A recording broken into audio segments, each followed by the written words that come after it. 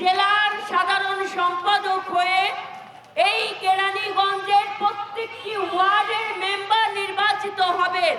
ওই ব্যক্তি তাকে মনোনয়ন দেওয়া হবে দলের পক্ষ থেকে, যিনি ওই অত্র এলাকার সাধারণ জনগণের পাশে থেকেছেন, পাশে আছেন এবং ভবিষ্যতে পাশে থাকবেন।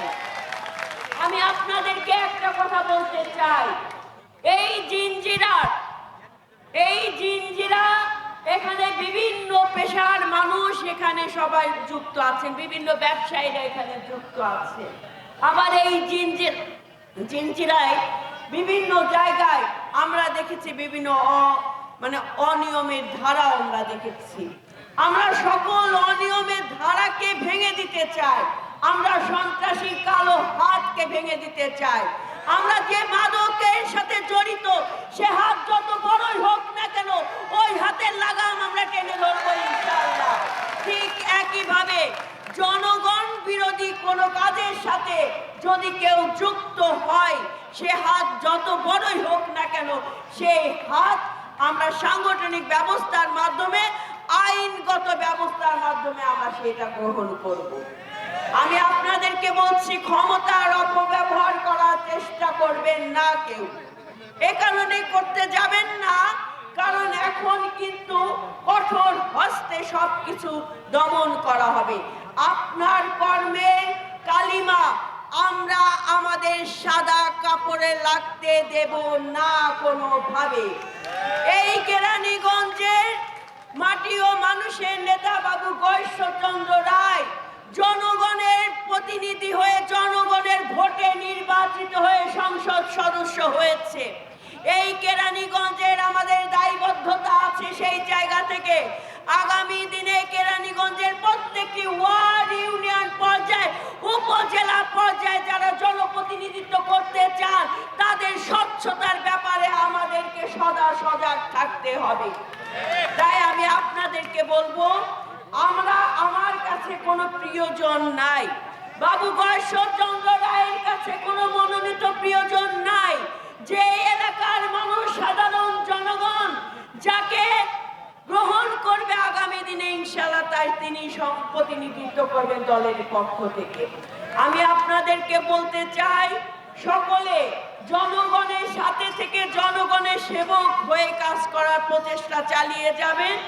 ইনশাআল্লাহ জনগণ যে প্রত্যাশা নিয়ে বিএনপির উপর ভরসা রেখেছে, আমরা সেই ভরসা পূরণ করতে পারবো এবং প্রতিশ্রুতিগুলো, অঙ্গীকারগুলো পূরণ করতে পারবো।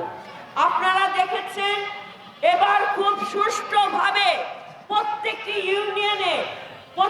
ইউনিয়নে যে বিজেপির যে চালের যে বন্টন হয়েছে, একদম সূক্ষ্ম নিরপেক্ষভাবে সেই বন্টনের কর্মকাণ্ডগুলো আমরা চালিয়ে গিয়েছি এবং আগামী 2 দিনের মধ্যে কারা এই বিজেপির চালের সুবিধাভোগী হয়েছেন তাদের নাম, ফোন নাম্বার, ওয়ার্ডের পুরোটাই আমরা ফেসবুকে, আমার সোশ্যাল মিডিয়া, আমার ফেসবুকের মাধ্যমে আমি আপনাদেরকে সেটা পাঠিয়ে দেব। কারণ স্বচ্ছতা, জবাবদিহিতা দরকার আছে, কারণ এটাও তো জনগণের সরকার, জনগণের ম্যান্ডেট নিয়ে এই সরকার রাষ্ট্র পরিচালনার দায়িত্ব গ্রহণ করেছে।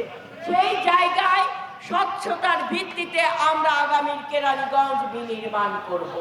তাই আপনাদেরকে বলি, ওই যে একজনকে ঢুকিয়ে দিয়ে পাশে ছবি তুলে কোনোভাবে কোনো সন্ত্রাসীকে ভেরিফাইড করার চেষ্টা কেউ করতে যাবেন না। আমি আপনাদেরকে বলছি, যে অনুষ্ঠানে আমরা যাব, সেই অনুষ্ঠানে যারা আয়োজক, তাদের সামনে যদি কোনো সন্ত্রাসী, মাদক সেবী, চাঁদাবাজ যদি আমাদের সাথে কোনো স্টেজে উপস্থিত হয় কিংবা অনুষ্ঠানে উপস্থিত হয়, তাদের ব্যাপারে তাদেরকে দায়িত্ব গ্রহণ করতে হবে ওই ইউনিয়ন বিএনপি অঙ্গ সহযোগী সংগঠনের নেতৃবৃন্দদেরকে। আমরা কারোর কাছে জমা খরচ দেই নাই যে এই এলাকা আপনার হাতেই ছেড়ে দেব, এমন কোনো নিয়মের ব্যত্যয় যে ঘটাবে সে যত বড়ই নেতা হোক না কেন, তার ব্যাপারে আমরা সাংগঠনিক ব্যবস্থা গ্রহণ করব।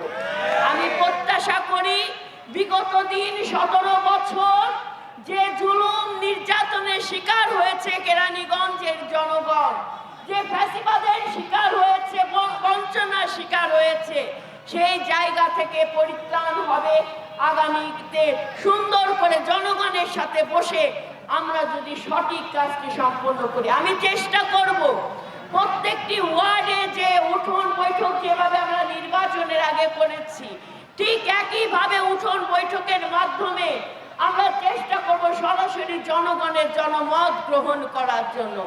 আমি কেরানীগঞ্জের জিঞ্জিরার সকল জনগণকে বলতে চাই, যখন আমরা উঠোন বৈঠকে যাব, আপনি সৎ সাহস রেখে দরকার হলে যদি কোনো অভিযোগ থাকে আপনি সরাসরি লিখিতভাবে আপনি আপনার অভিযোগটি আমাদেরকে প্রেরণ করবেন, আমরা যথাযথ ব্যবস্থা গ্রহণ করব। ইতিমধ্যে আমরা মাদকের যে সকল অভিযোগ পেয়েছি সেই অভিযোগের ব্যাপারে আইন শৃঙ্খলা বাহিনীদেরকে আমরা বলে দিয়েছি এবং তার ব্যাপারে যথাযথ ব্যবস্থা গ্রহণ করা হচ্ছে। আমাদের ইচ্ছা আছে এই কেরানীগঞ্জকে নতুন করে সাজানোর, জনগণের জননিরাপদ কেরানীগঞ্জ তৈরি করার সেই ইচ্ছা শুধু নয়, সেটা আমরা প্রতিফলন ঘটাবো আমাদের কর্মের মাধ্যমে, আপনাদের সকলের সহযোগিতার মাধ্যমে। সবাইকে ধন্যবাদ। বাংলাদেশ জাতীয়তাবাদী দল জিন্দাবাদ। শহীদ প্রেসিডেন্ট জিয়াউর রহমান চির অমর হোক। দেশনেত্রী বেগম খালেদা জিয়া চির অমর হোক।